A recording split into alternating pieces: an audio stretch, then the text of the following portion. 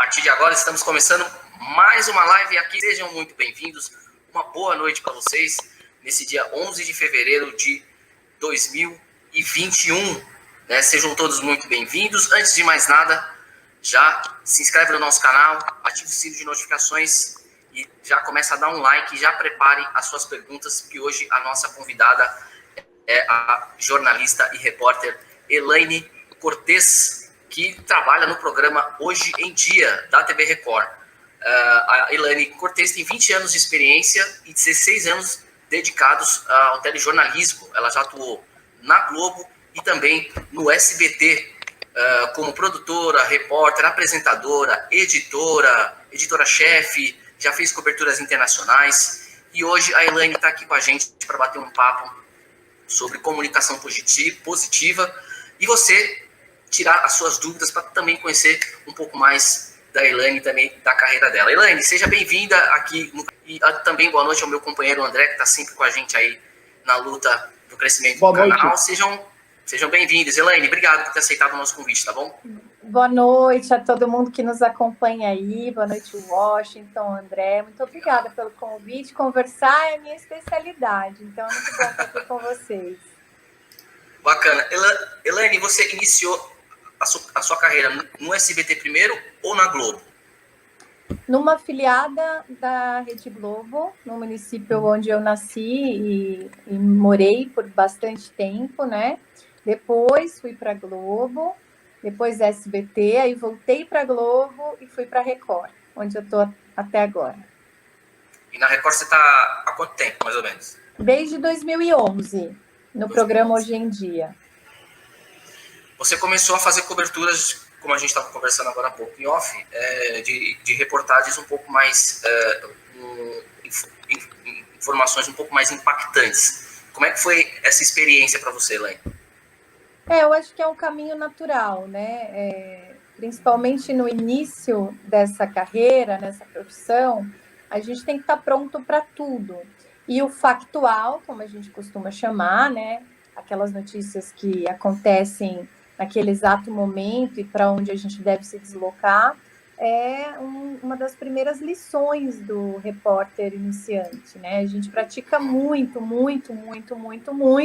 e depois, vez ou outra, vai sendo direcionado para uma pauta mais específica, vai se especializando numa temática ou em outra, vai ganhando um perfil, uma narrativa mais afinada com um determinado grupo, com um determinado tipo de reportagem. Então, eu cobri muito tempo polícia, fiz muito factual, muita tragédia, muita notícia ruim, essa é a verdade. E, passado esse tempo, né, hoje é o oposto, o extremo oposto, né? Posso dizer que é com muita gratidão e com muito respeito, né? Que é um privilégio hoje contar as histórias que eu conto no programa, porque são histórias que estão na contramão da maioria das linhas editoriais, histórias de transformação, de inspiração, histórias que trazem à tona o jornalismo de soluções, o jornalismo construtivo, né? O jornalismo que traz uma narrativa pacificadora. Não significa que eu não conto notícias difíceis de serem reportadas. O que significa é que eu tenho a oportunidade de fazer uma releitura dos fatos hoje, com um pouco mais de maturidade, muita abertura, para contar o que é o caos, o que é o difícil, né, para o ser humano, para uma sociedade, mas com a perspectiva positiva, do que pode ser feito a partir dali, né? E há muito tempo, por muito tempo também, não foi assim, né? A gente tinha que ser direcionado para onde a notícia estava e, via de regra, o que a gente mais cobria era sangue, suor e lama, né? A tela, infelizmente, traz isso, assim como as páginas, né, impressas ou digitais, a gente ainda tem muito da polícia tomando o jornalismo, né? E era isso que eu fazia bem no início da profissão. Elaine, assim, eu estudei rádio e TV, na área tinha jornalismo, que até você tinha me perguntado quando eu fiz contato com você se nós éramos jornalistas. Eu estudei rádio e TV, tive bastante aula de jornalismo, e assim, eu sei que eu tinha matéria de edição, tinha vários para fazer. Eu peguei uma vez uma reportagem do SBT de mais de 5 horas, e eu tinha que transformar em uma reportagem assim, de 1 minuto, de coisa assim. E a gente sabe, às vezes o reportagem de 3, 4 minutos, às vezes tem horas de gravação, assim como um comercial de 30 segundos, às vezes vai fazer o dia inteiro, às vezes um videoclipe, você vai levar 3, 4 dias, porque o Washington também fazendo edição, eu já percebeu também um pouco disso. E qual foi, assim, uma reportagem, assim, que te deu trabalho para fazer, independente, assim, que você, às vezes parece simples quando você vê editado no TV, parece que foi uma coisa rapidinho. Essa é fácil de responder. Nós fizemos uma cobertura de uma operação com a Polícia de Fronteira e passamos 30 horas trabalhando, literalmente, assim, dentro da mata, esperando ali o flagrante acontecer, né, a passagem dos contrabandistas, dos traficantes, e não tinha outra forma, assim, né? Dava para a gente simplesmente decidir bater o cartão e ir embora, porque a gente não sabia em que exato momento tudo poderia se desenrolar e nós poderíamos garantir, então, aquela cobertura completa. E naquele dia, nós chegamos bem cedo lá, passamos a tarde, a noite, entendemos toda a operação. Já teve o tempo da viagem, né? Você acordar na sua casa, se deslocar, ir até o aeroporto, viajar, chegar no local, conversar com as pessoas, entender para onde você vai, como é que vai ser a operação. E aí, então, começar a trabalhar, de fato, né? E foram mais 30 horas. Então, 30 horas foi o tempo que eu contabilizei. Eu lembro que eu cheguei a São Paulo acreditando que era entregar as mídias e ir embora para casa, porque eu estava esgotadíssima, né? Quando o meu diretor me disse, não, a matéria foi chamada na programação e ela está espelhada para amanhã. Você tem que fechar esse texto.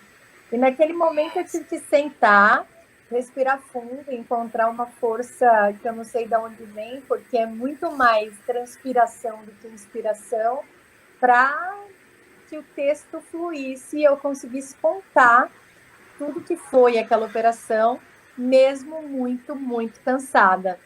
E é bem isso, né? Isso é o que acontece todos os dias. A gente trabalha muitas horas para entregar os melhores minutos, os melhores segundos, né? Então, eu já passei pelas duas experiências, de ter que encontrar um poder de síntese absoluto, né? Dos VTs, como a gente chama, das reportagens de 1 minuto, de 2 minutos, 3 era lucro, né? E hoje a gente tem mais tempo no ar, porque é uma revista eletrônica diária hoje em dia, né? Então, ele permite isso. É muito bom, inclusive, poder fazer mais. E a gente entrega reportagens mais longas, 5, 7, 10 minutos, às vezes até mais do que isso. Já aconteceu. E eu admito para vocês que eu, nos últimos anos, perdi um pouco o meu poder de síntese por conta disso. Eu quero cada vez mais, né? Quero entregar um documentário a cada pauta. E às vezes não dá, né? O tempo é disputado e limitado. Mas é isso, é aprender a trabalhar com outro tempo, que não é o tempo do relógio, né? É sentir o time das coisas. Quanto tempo vale esse assunto? É tão relativo, às vezes vale um programa inteiro. E às vezes vale alguns segundos de registro. Então a gente aprende a lidar com o tempo de uma maneira diferente e a valorizar cada milésimo de segundo por conta disso. Elaine, e falando disso, mas você já se sentiu feliz em reportagem que você conseguiu mudar a vida de alguém? Alguma reportagem você diz assim, nossa, essa reportagem eu consegui fazer algum trabalho social incrível, eu consegui fazer uma coisa incrível e realmente eu mudei a vida de pessoas. Tem alguma reportagem que você pode dizer isso? Inúmeras, André. Cite. Felizmente, sabe? Porque é isso que me move na vida. Poder transformar para melhor a história de alguém. É dar voz para quem não tem vez e conseguir, de alguma maneira, estabelecer pontes, né? Fazer conexões, colocar o holofote onde ele precisa estar, né? E é uma pergunta que me deixa muito grata de responder, porque as melhores histórias, eu costumo dizer, elas estão sempre nos bastidores. Muitas vezes elas não vão para o ar, né? É aquele momento que você entrou na vida do outro, na privacidade do outro, na família do outro, que você foi acolhido, que você entrou naquela casa, naquela história, que você recebeu aquelas emoções, né? Foram entregues a você ali por confiança, você estabeleceu uma conexão e recebeu aquela pessoa na sua vida também, você transformou e foi transformado por ela. Isso é o mais fantástico dessa profissão, sabe? É quem a gente leva para casa nas nossas memórias. As pessoas vão transformando a gente, né? A gente sempre é um pouquinho do que o outro traz também. Nós somos, né, enquanto sociedade, um pouquinho de todo mundo que a gente conhece, que passa pela nossa vida. E eu tenho, digamos assim, um chamado, sei lá, não dá para traduzir isso, para explicar isso, porque são histórias que chegam para mim, nunca foi programado, sabe? Elaine, vai atrás dessas histórias. Não, são histórias que chegam, que a partir de uma determinada fase da minha vida muito especial e muito decisiva, importante, passaram a chegar. Muitas histórias de crianças com alguma doença muito grave, com alguma necessidade muito séria, muito grande, e que precisava de uma mobilização, às vezes até para captação de recursos, né? Algumas delas, por exemplo, Sofia, uma bebezinha que nasceu com uma síndrome rara e precisava de um transplante múltiplo de órgãos. No Brasil, a gente não tinha essa cirurgia disponível, esses profissionais qualificados, estrutura, e ela precisava ir para os Estados Unidos para fazer esse procedimento complexo. Inclusive, um brasileiro lá no hospital americano, né, para o nosso orgulho, mas isso era muito caro. E eles não tinham esse recurso. E o governo também não liberava esse procedimento. E aí nós conseguimos mobilizar pessoas de todo tipo, né, engajar pessoas por essa causa. E a Sofia foi e fez o transplante múltiplo de órgãos. Infelizmente, ela acabou falecendo por uma outra razão, mas ela realizou, ela cumpriu aquilo que a família precisava para dizer: eu tentei tudo que era possível para salvar a minha criança, né? O João Bombeirinho, que é um menino que ficou conhecido no Brasil inteiro, porque é muito fã dos bombeiros e teve um câncer, né, muito sério, uma leucemia gravíssima, e a gente acompanhou todo o processo até a chegada da medula dele. Então, às vezes, essa busca, essa ajuda, ela não é material, financeira, né? Às vezes são recursos humanos, são conexões que a gente estabelece.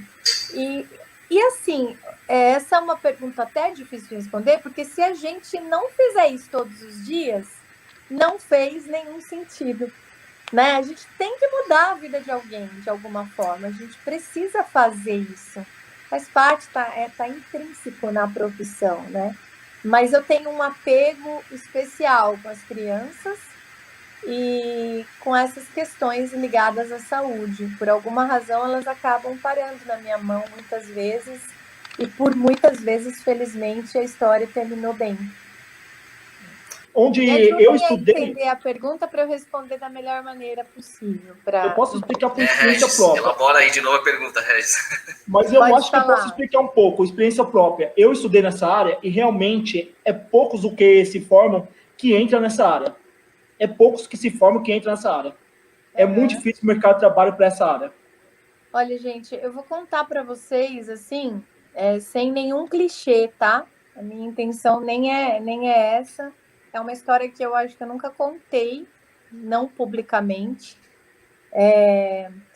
Para estudar foi muito difícil para mim, né? Eu sou de uma família que não teve condições, né, de investir nos meus estudos, nem durante a infância, adolescência, muito menos na fase da juventude, na fase adulta.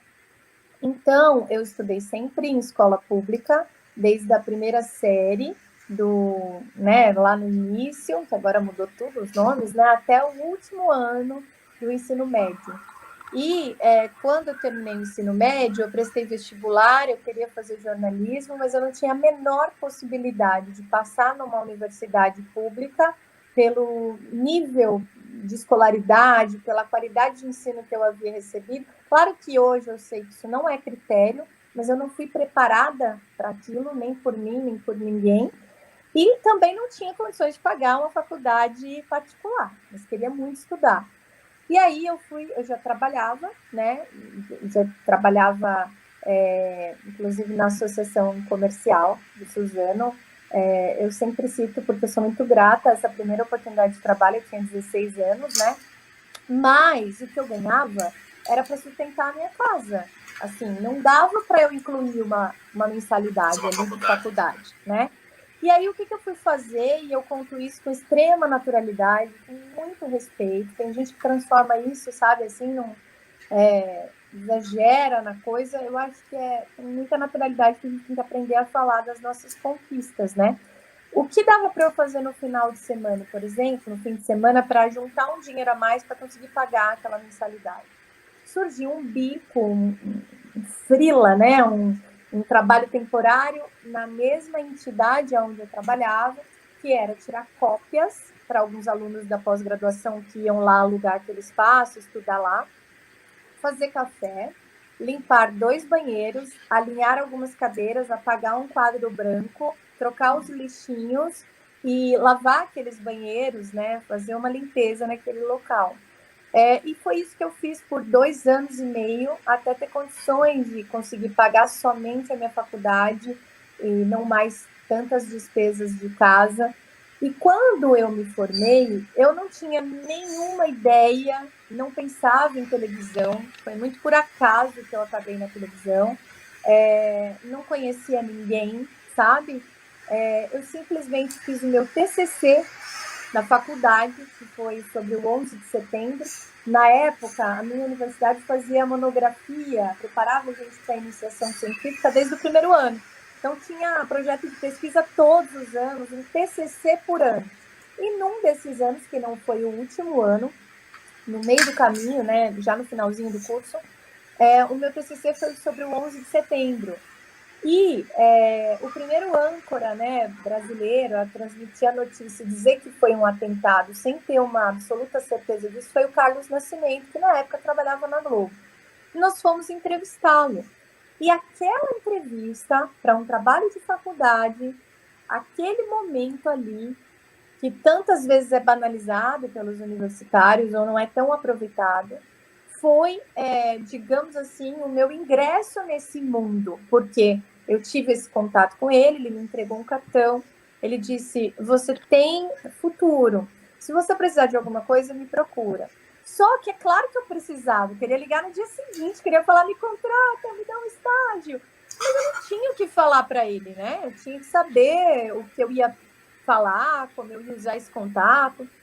De fato, uma necessidade surgiu, vou tentar resumir a história. A gente precisava de uma capa do New York Times e a esposa dele, na época, trabalhava na Reuters, né? E conseguimos essa capa, que já estava tão difícil nas bancas, mesmo as bancas que vendem edições antigas e históricas, e ele nos mandou. Quando eu levei o meu TCC para ele, ele me perguntou, você tem habilitação? Porque ele sabia que eu morava longe. Eu falei, não. Você fala inglês? Não. Você teria condições de morar sozinha? Não. Você não está preparada para São Paulo? Procura uma afiliada na cidade onde você mora, ou a mais próxima. Bate lá. Ai, gente, perdão. Normal, acontece. Fantasmas do ao vivo. E aí, bate lá e pede uma oportunidade de estágio.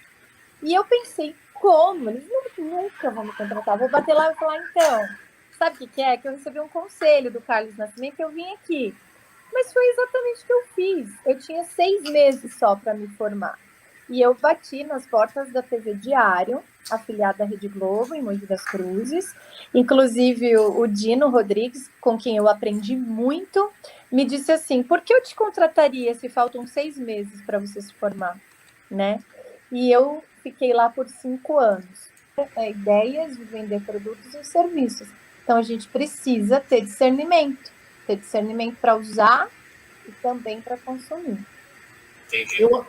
Eu acho que as redes sociais também têm um trabalho importante, não é totalmente sim, mas a questão é das pessoas saberem usar. Por exemplo, eu lembro na faculdade, na época não era o Facebook que eu tinha, era o Orkut. O Orkut era muito útil na faculdade, a comunicação que a gente tinha por Orkut era gigantesca. O pessoal precisa localizar alguém, deixa eu chamar ele no Orkut. Hoje ainda no Facebook, por causa do celular, porque você acessa no celular, com o celular você faz muita coisa. Eu acho que a questão é a pessoa saber usar também. Não é assim, Facebook é totalmente ruim, não, eles são ótimos, mas a pessoa também tem que saber usar. E aí a gente consegue fazer o resto acontecer com mais leveza e com equidade de direitos, né? Eu acho que é só a gente lembrar que o que nos torna iguais é justamente o quanto nós somos diferentes. Se a gente lembrar dessa máxima para tudo na vida, a gente vai fazer do ponto de vista do outro um acréscimo no nosso repertório, na nossa visão de mundo, entendeu? E não um decréscimo, né? Não é algo que me mutila e me arranca nada. É algo que me acrescenta e que me faz ver o mundo por uma outra ótica, de vez em quando. Verdade. Elaine, a gente quer agradecer a você pela sua participação aqui. Muito obrigado, viu? Por ter batido esse papo com a gente, aberto espaço para que a gente pudesse conhecer você melhor, as suas ideias, suas opiniões, a sua profissão, as suas histórias, que o canal é justamente para isso, para que as pessoas se sintam à vontade para falar o que pensam, contar histórias, orientar também as pessoas, dar dicas, né? E você como jornalista deu uma dica muito importante para quem está nessa área aí, que está próximo de se formar ou que já se formou, para as pessoas não desistirem, porque realmente, por mais que seja difícil e que a gente tenha um sonho nunca é impossível. Ele acontece quando você não desiste. Então, eu faço votos, desejo você sucesso, tá bom? Lá no Hoje em Dia, na Record, tá bom? Obrigado Muito obrigada por ter nos dado essa oportunidade. Obrigada pelo bate-papo, pelo espaço, pela conversa, né? No meio de tanta coisa ruim, estamos nós aqui, conversando, isso é tão bom, né? Muito obrigada, viu? Eu agradeço o convite, foi uma honra participar. Desejo que espaços como esse que vocês estão construindo e construíram aumentem cada vez mais nas redes, para que a gente tenha conversa boa, assim, mais vezes, né, em outros lugares também. Parabéns pelo trabalho. Obrigado. E muito obrigada por quem nos acompanhou até aqui, tá bom? Elaine, diga. Eu não posso deixar de agradecer a quem me arrumou seu contato, Ricardo Claro. Ele é um grande amigo, repórter cinematográfico fantástico. Trabalhei com ele. Fiz a mesma faculdade que ele, me estudei na Unibam, Rádio e TV, eu e ele nos formando em 2008. Ricardo Claro, que assim, ele tem um convite também para fazer uma entrevista com a gente, né, Washington? Ele é fantástico, né? Tem um carinho muito grande, uma admiração muito grande por ele, um excelente profissional. Muito obrigada pela indicação, Ricardo, se estiver nos ouvindo ou se for nos ouvir em algum momento. Verdade. E obrigada, meninos. Tudo de bom para vocês, viu?